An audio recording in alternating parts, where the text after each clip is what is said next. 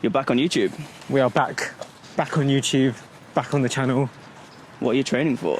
We are training for the Tokyo Marathon 2026, Sunday, March the 1st. We are 13 weeks out.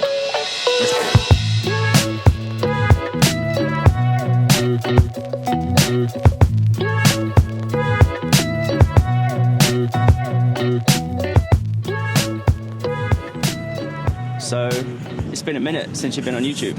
It has. Where you been? It's been almost 3 years. For everyone who follow the channel, I have been busy. There's a valid reason why I was not on YouTube for a number of years. I have been running. For those that know me, I've always been running. Just stopped posting long form content, which is about to change. So if you're watching this, thank you for sticking along. More importantly, it's about bringing back the journey of like myself as a runner. I still have a huge goal of trying to break 2 hours 15 the marathon, and for me, going to Tokyo, doing the marathon is a huge target for me. And this series is all about everything that I'm doing towards that. But more importantly, the main question on where I've been for the last 2.5 years. If you know me, I work with Tracksmith.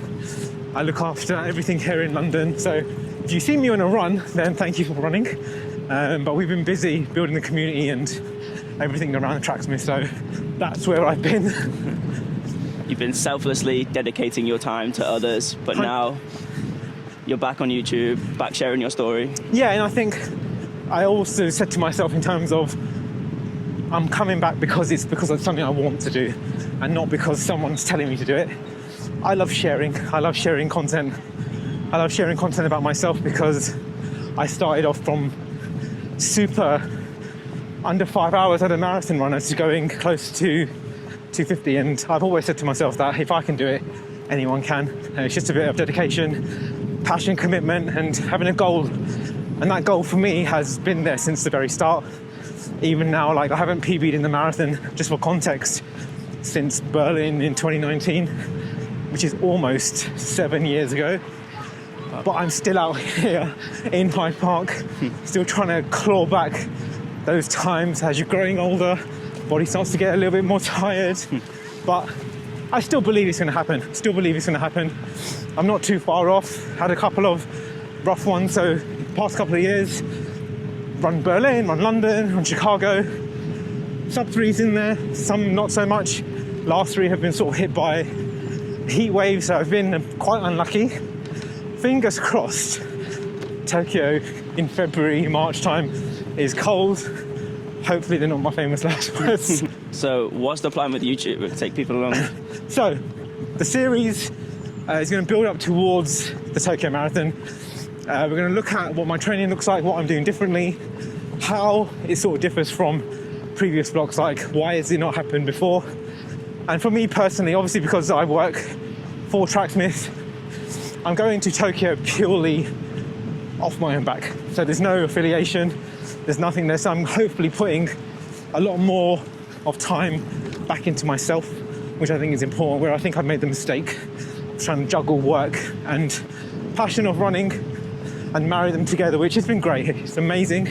It's amazing to do that for a job, but I'm chasing performance and I'm chasing a time. And sometimes you have to sacrifice one to try and achieve another. So that's where we are in terms of what that looks like. So I'll take you along some of my race builds, what the build looks like, what things I'm changing, what sort of sessions I'll be doing. So a lot of that's going to come towards the build of Tokyo, and hopefully, fingers crossed, when we're out there, we're able to hit that goal of getting that 250. Nice. Let's go. Let's do it.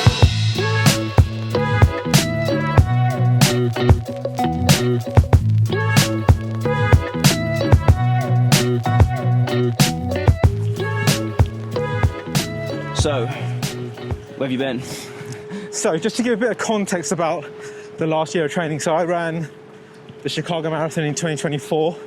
I ran 3:01, which is tough, very, very tough. Probably wasn't as fit as I thought I was. I ran the London Marathon this year in 3:10. It was a heat wave. I went into it quite fit, but hey, like, it just wasn't my day. It just wasn't meant to be. Like thousands of others, we just really, really suffered out there. And I then reset, and then I thought, Berlin has always been a special place for me. I've been lucky enough to run it 6 times, and I'm running very, very fit, very in shape, very close to like PB shape. And in the end, it was the worst out of all the 3 in the last year. I ran like 3:18, and I didn't even care what was on my watch, not one bit. I checked out after 5-10k in the race.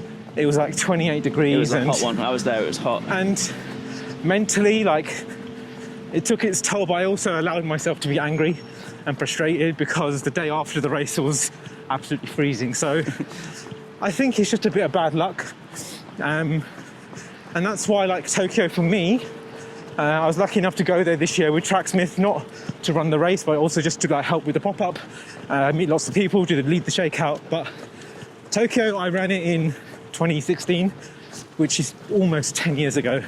And I remember running it, I broke 3:30 that day for the first time. And it's incredibly special.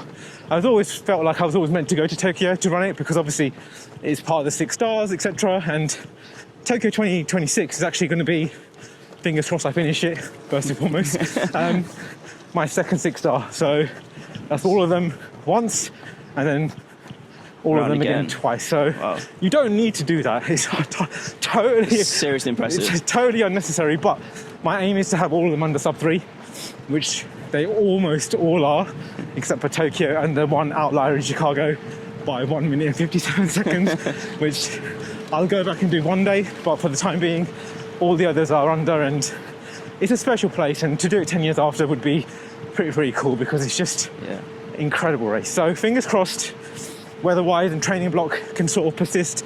It's been a number of years since I've trained through the British winter, which I actually think is like extremely harsh. But right now it's quite mild. We've had a bit of up and down weather, and considering I'll come off 3 heatwave races, I don't care. I'll immerse myself into anything, even if it's Arctic weather or whatever it might be. So fingers crossed.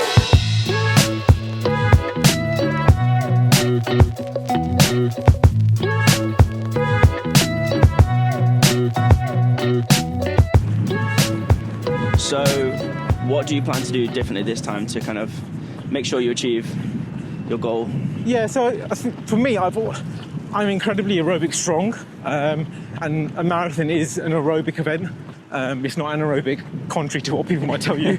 Please do not run your marathon at your anaerobic zone. It won't go well. It's not, you're going to end up in a medical tent quite early on, so don't do that. So for me, what I think I've suffered with in the last year, 18 months, maybe the last time since I probably shared my personal journey on the channel, is that I probably lacked threshold. Like, I do it, but it's probably not enough to push the needle, enough for me to feel that I'm working at a sustained effort. And I just want to create as much of a buffer from like my lactate thresholds to what marathon pace is. So everyone who knows, your marathon pace is slower than your tempo and your threshold, so you want to make sure that your tolerance is as big as possible. So for me, that's more sustained time at your marathon effort, which I've done, but I probably don't do enough of. Am I scared? Maybe. Do I enjoy the suffering? Potentially. Do I need to do more of it? 100%. So I think for me, that's the big part of the build. Steady running is like the crucial aspect of marathon training. Working 20 to 30 seconds slower than your marathon pace. It's just fundamentals, and yes, top speed matters and it's good for turnover, but it's not essential. It's not like I need to be working at 5 minutes per mile pace to run 6:30. So for a 250 marathon, sub 250 marathon, that's 6:30 a mile, which is 4:02 a k. I think we'll put the stats on the screen just for context. So I want to get really comfortable with running 6:25s, because give or take on the day, you have GPS, all the sort of fun stuff that you deal with. But you want to feel cruisy, working hard, but not overworking. So uncomfortably comfortable is the aim. Do you have race strategy? Are you a negative splits or? Yeah, so I think there's lots of different principles. I've tried to apply as many of them as possible when the races don't go quite to plan. But I try to run them as even as possible. I've negative split a couple of races, and again, they make you feel like $1 million. So ideally, that would be the plan, but controlling the fade is important, even if it's like a minute. Like you run the first half, say, at 1:30, you run the second half at 1:29. That's an amazing race, or 1:31 is still an amazing race because you hold it together, but ideally, as flat and even as possible. So going through halfway in 1:25, going through the second half in 1:24 and 30. If that was to happen, you heard it here first, on Friday, the 28th of November. Had a good day. Yeah, 100%.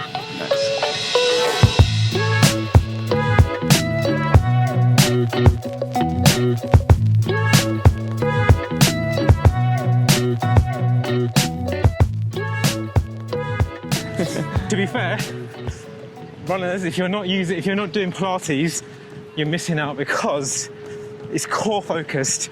I'm not going to do 15 minutes of core on my own in the gym and apply myself for that period of time. So please try it. I went in there, no discriminating. It was a group of mums, and I felt well out of my comfort zone. But I gave it a go. I'm 5 weeks in, and I'm going every Monday morning. So it's done early in the week, and I can't put it aside. So Pilates for runners, guys. Give that a go. You heard it here first.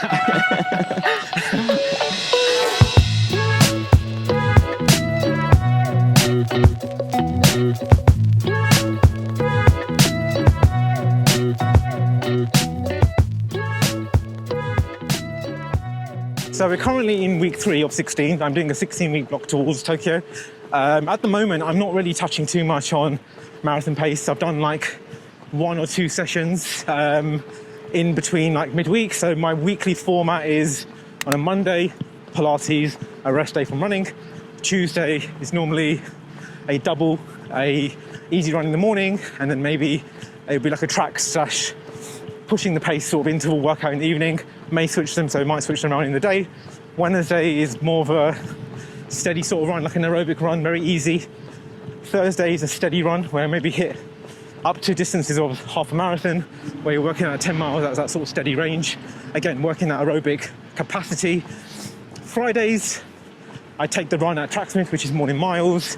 Saturdays, I'm basically switching up my long runs to do on a Saturday, where I'll start to increase the frequency of what marathon build looks like, marathon pace. So in the next few episodes of the series, you'll definitely see parts of where my fitness is really at. I've actually got a race in the next couple of weeks, a 10k race, so it'd be good to test the fitness. So just follow along. I'm always on Strava, I'm on all the socials, so feel free to follow along with the journey and track how we're tracking towards Tokyo next